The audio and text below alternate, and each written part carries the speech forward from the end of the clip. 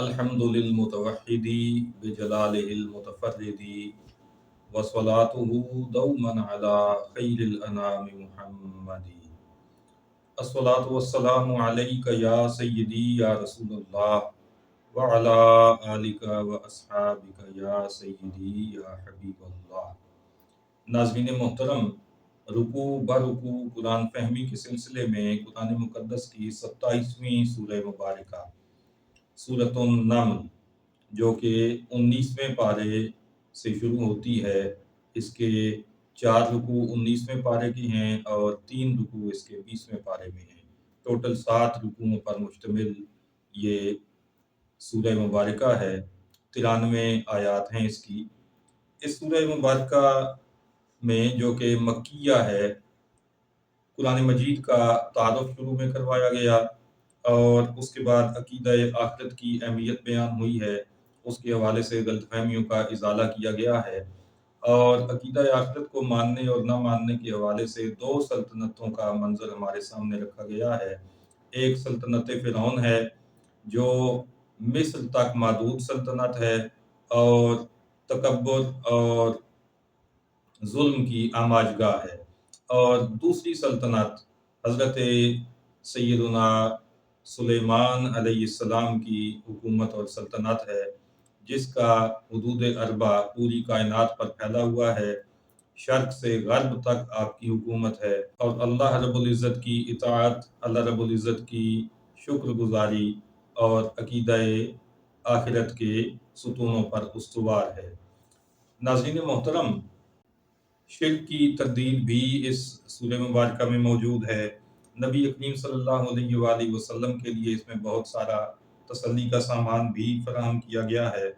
سرداران مکہ اس غلط فہمی میں تھے کہ اگر ہم اسلام قبول کریں گے تو اسلام کی عزت بنے گی، اور ہم نے اگر قبول نہیں کیا تو یہ دین نہیں چل سکے گا۔ تو ان کی یہ غلط فہمی بھی دور کی گئی ہے کہ دین کو قبول کرنے میں تمہاری بہتری اور ناموری ہے، اور قبول نہیں کرو گے تو اپنا نقصان کرو گے۔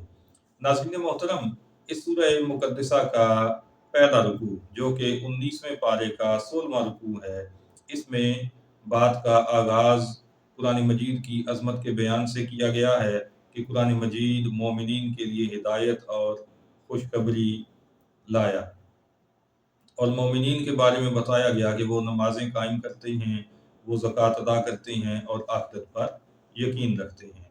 حضرت سیدنا موسیٰ علیہ السلام کا تذکرہ بھی اس رکوع میں شامل ہے۔ مدین سے مصر جاتے ہوئے رستے میں برف باری اور شدید سردی کے ماحول میں آپ کو آگ کی تلاش تھی تاکہ آپ کی زوجہ محترمہ جن کی طبیعت ناساز تھی انہیں سردی سے بچایا جا سکے۔ ایک طرف آپ کو آگ نظر آئی تو آپ وہاں تک پہنچے آگ لینے کے لیے۔ وہاں جب پہنچے تو آپ کو رب تعالیٰ کی طرف سے ندا دی گئی کہ میں ہوں اللہ، عزت والا اور حکمت والا۔ آپ کو اس موقع پر 2 عظیم معجزات عطا کیے گئے۔ آپ کو حکم ہوا کہ اپنا عصا ڈالیے، آپ نے عصا نیچے رکھا تو وہ اژدہا بن گیا، اور دوسرا آپ کو یہ معجزہ عطا کیا گیا کہ اپنے گریبان میں ہاتھ ڈال کر واپس نکالیں تو وہ انتہائی سفید اور انتہائی چمکدار ہو کر نکلتا تھا۔ آپ کو فرعون اور اس کی قوم کی طرف بھیجا گیا۔ فرعونیوں نے آپ کا انکار کیا اور آپ کو جادوگر قرار دیا۔ ظلم و تکبر کا انہوں نے جب مظاہرہ کیا تو پھر بالآخر رب تعالیٰ کی پکڑ میں آئے اور ہلاک کر دیے گئے۔ دوسرا رکوع ہے سورۃ النمل کا، یہ 19ویں پارے کا 17واں رکوع ہے۔ حضرت داؤد علیہ السلام اور حضرت سلیمان علیہ السلام کے ذکر خیر سے اس کا آغاز ہوتا ہے۔ حضرت سلیمان علیہ السلام کے بارے میں ارشاد فرمایا گیا کہ انہیں پرندوں کی بولیاں سکھائی گئیں، مشارق و مغارب ارض کا ملک انہیں دیا گیا، جن انسان شیاطین چرند پرند سب پر ان کو حکومت عطا کی گئی۔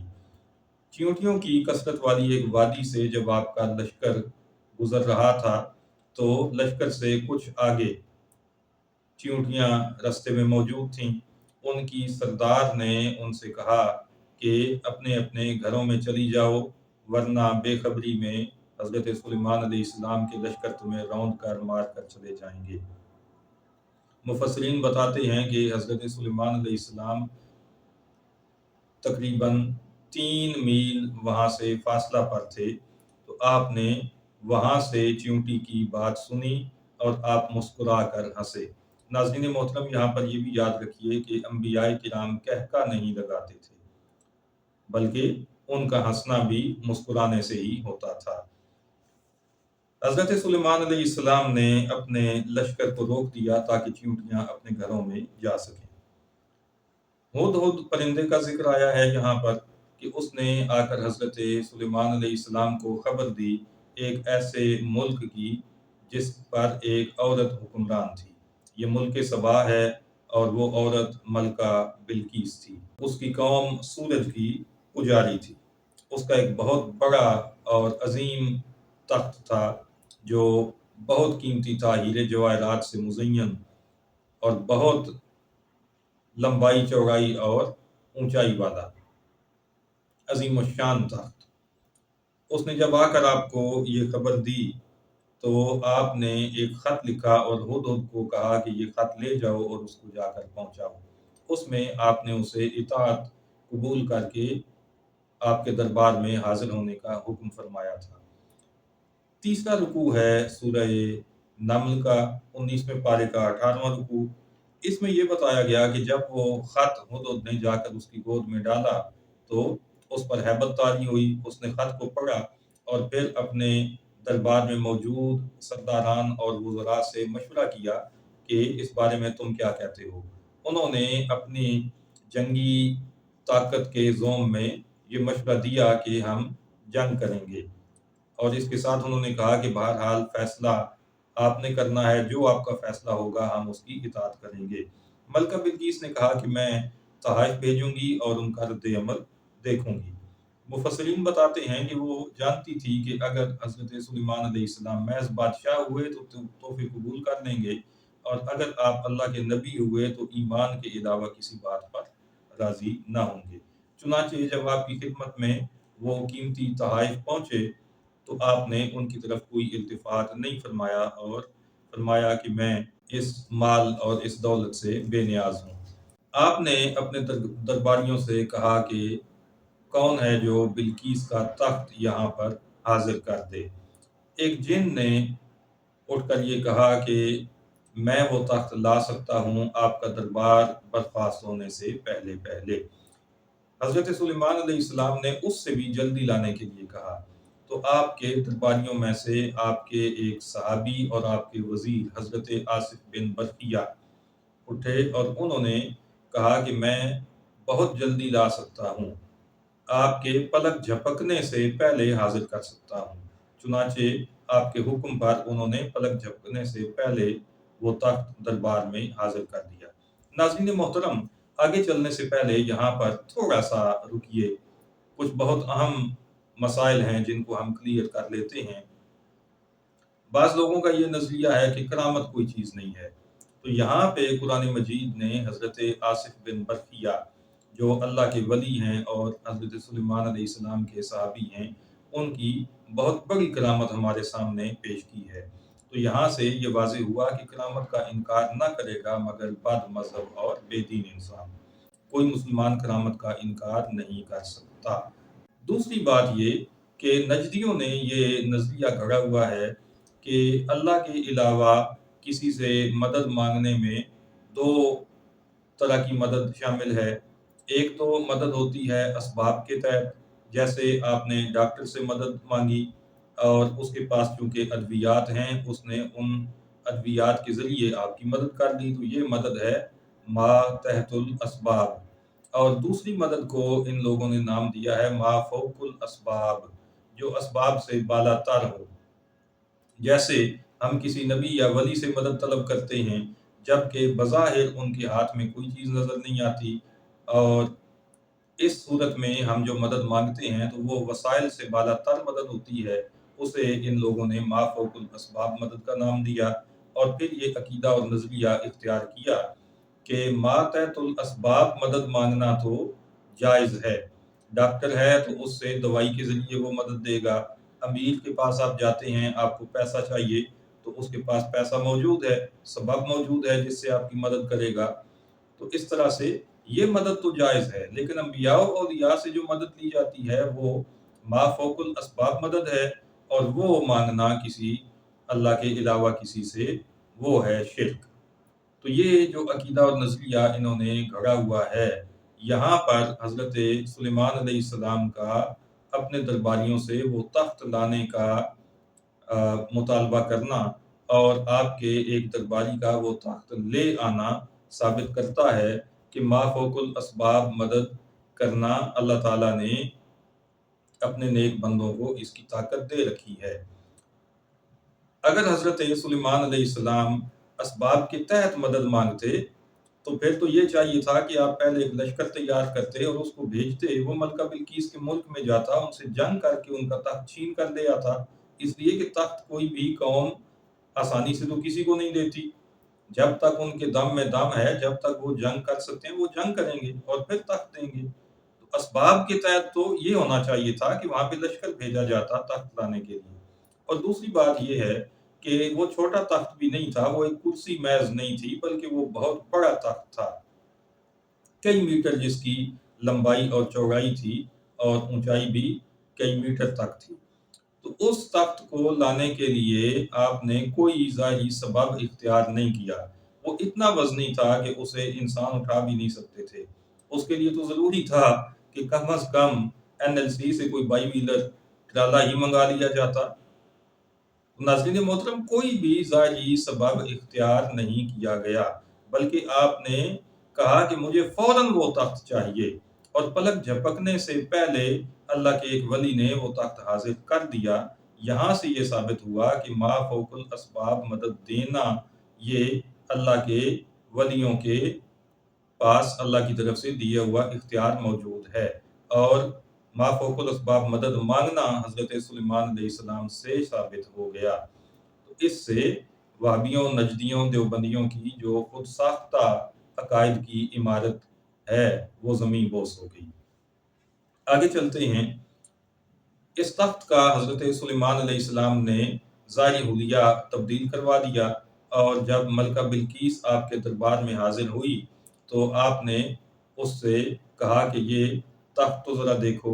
اس نے تخت دیکھ کر کہا کہ گویا یہ تو وہی میرا تخت ہے، اس نے اسے پہچان لیا اور اس نے آپ پر ایمان بھی قبول کر دیا۔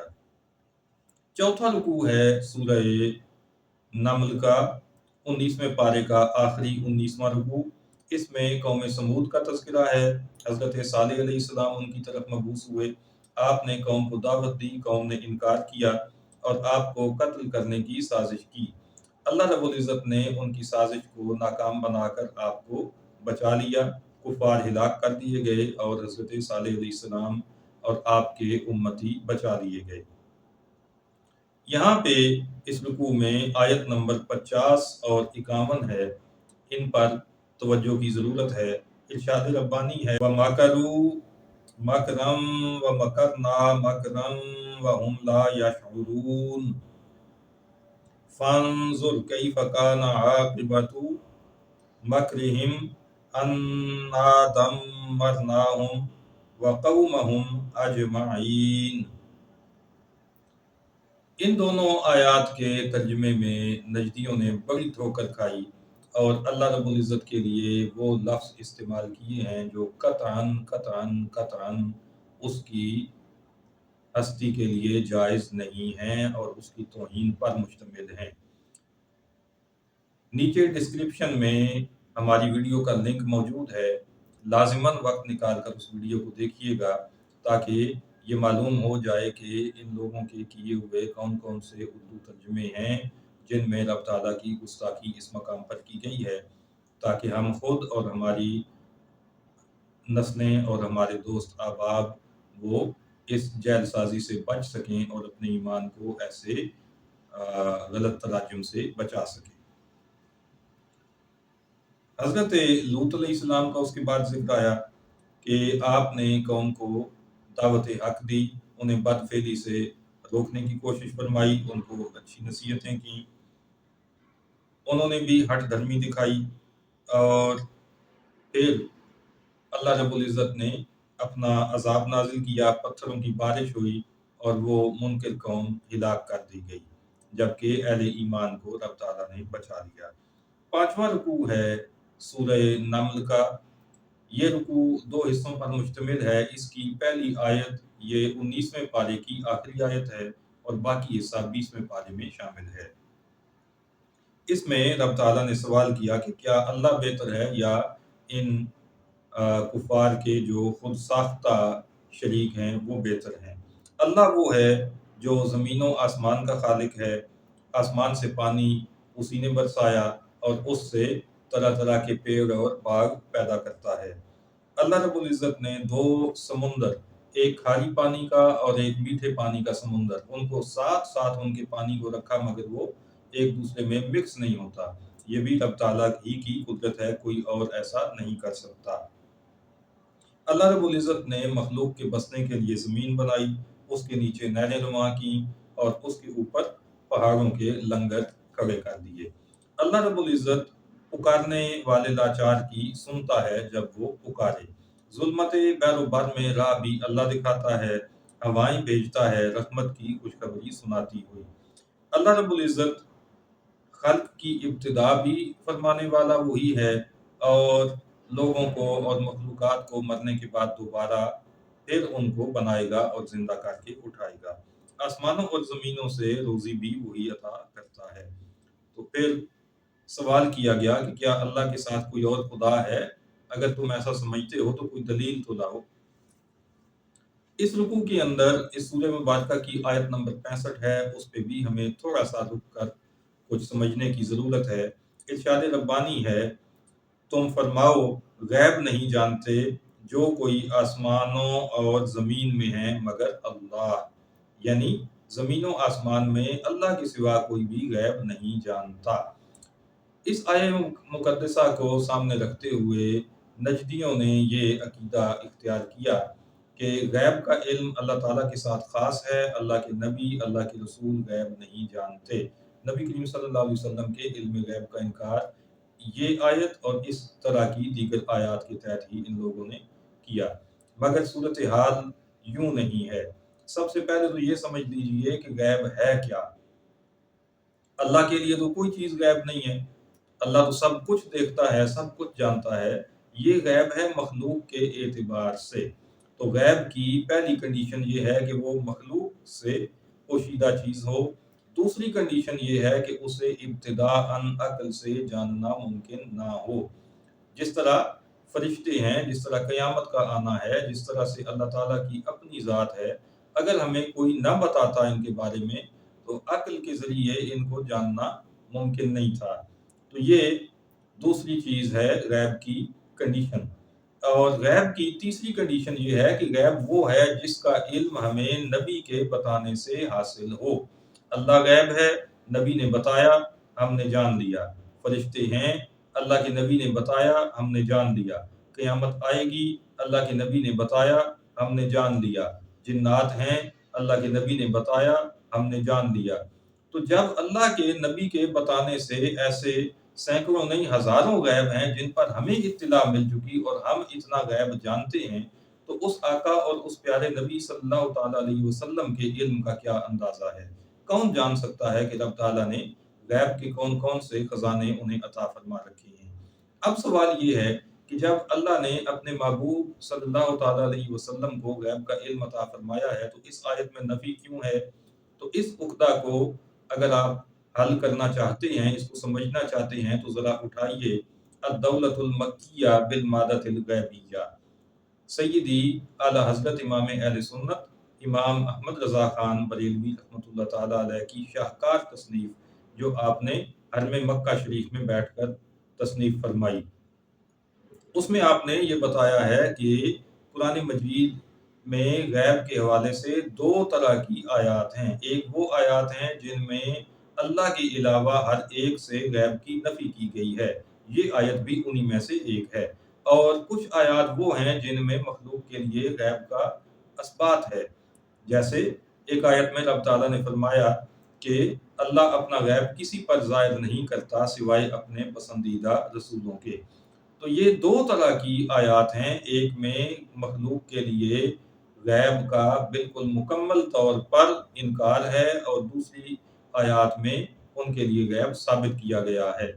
تو اب معاملہ یہ ہے کہ ہم چونکہ پورے قرآن مجید پر ایمان رکھتے ہیں، اور ان دونوں طرح کی آیات پر ایمان رکھنے کے لیے یہ ضروری ہے کہ ان دونوں طرح کی آیتوں میں موجود غیب میں فرق کیا جائے۔ یہ جو آیت مبارکہ یہاں پر ہے، آیت نمبر 65، اس میں جس غیب کا ذکر ہے وہ اللہ تعالیٰ کا ذاتی علم ہے، وہ قدیم اور ازلی علم ہے، یعنی ہمیشہ سے ہے اور ابدی ہے، ہمیشہ رہے گا، اور وہ لامحدود ہے، اس کی کوئی حد نہیں ہے۔ اور جن آیات میں انبیاء کرام کے لیے غیب کو ثابت کیا گیا ہے، وہ غیب ہے اللہ تعالیٰ کا عطا کردہ، وہ عطائی غیب ہے، انبیاء کا ذاتی غیب نہیں ہے، اور وہ حادث ہے، قدیم نہیں ہے، یعنی ہمیشہ سے نہیں ہے، اور وہ فانی ہے، اس نے ختم ہونا ہے، وہ ہمیشہ رہنے والی چیز بھی نہیں ہے، اور وہ محدود ہے۔ اللہ کا علم غیر محدود اور انبیاء کا علم محدود۔ تو دونوں طرح کی آیات پر ہمارا ایمان ہے کہ جن میں نفی ہے مخلوق سے، وہ اللہ کا ذاتی قدیم ازلی ابدی اور لامحدود علم ہے، اور جن میں نبی کریم صلی اللہ علیہ وسلم اور دیگر انبیاء کرام کا علم غیب ثابت کیا گیا، وہ آیات اس علم غیب کے ذکر پر مشتمل ہیں کہ جو عطائی ہے، حادث ہے، فانی ہے اور محدود ہے۔ تو یہ بات ہمیشہ ذہن میں رکھیے تاکہ کسی قسم کی کوئی الجھن بھی پیدا نہ ہو اور پورے قرآن مجید پر ہمارا ایمان قائم ہو۔ چھٹا رکوع ہے سورہ نمل کا، یہ 20ویں پارے کا دوسرا رکوع ہے۔ اس میں موت کے بعد دوبارہ زندہ ہونے کو کفار نے اگلوں کی کہانیاں قرار دیا تھا، اس کا ذکر آیا، اور رب تعالیٰ نے فرمایا کہ اے محبوب تم فرماؤ قریب ہے کہ تمہارے پیچھے آ لگی ہو بعض وہ چیز جس کی تم جلدی مچا رہے ہو۔ کفار قیامت کی جلدی مچاتے تھے کہ کہاں ہے وہ قیامت، کب آئے گی، اور جس عذاب کا آپ ہمیں ڈراوا دیتے ہیں وہ کب آئے گا، اسے لائیے۔ تو رب تعالیٰ نے فرمایا کہ جس چیز کی یہ جلدی مچا رہے ہیں عنقریب وہ آنے والی ہے۔ مفسرین کہتے ہیں کہ وہ بدر کا دن تھا جس دن ان پر وہ عذاب آیا، اور بعض عذاب انہوں نے اس دن دیکھ لیا اور باقی وہ قیامت میں دیکھیں گے۔ قرآن مجید بنی اسرائیل کے مختلف طبقات اور ان کے فرقوں کے اختلافی معاملات کو ذکر کرتا ہے، اور قرآن ہدایت اور رحمت ہے مسلمانوں کے لیے، اس بات کا یہاں پہ ذکر ہے۔ اور پھر محبوب کریم صلی اللہ علیہ وسلم کو مخاطب کر کے رب تعالیٰ کا یہ ارشاد کہ ان کفار پر غم نہ کھاؤ، ان کے مکر پر دل تنگ نہ ہو، یہ کفار تو مردوں، اندھوں اور بہروں کی مانند ہیں کہ حق سنتے نہیں، حق دیکھتے نہیں، اور حق کا اثر قبول نہیں کرتے۔ قرب قیامت میں ایک خاص مخلوق کے نکلنے کا بھی یہاں پر ذکر ہے جو کوئی صفا سے نکلے گی، اسے دعوت الارض کہتے ہیں۔ یہ بہت جلد تمام شہروں میں پھیل جائیں گے اور انسانوں کے ساتھ فصیح زبان میں کلام بھی کریں گے۔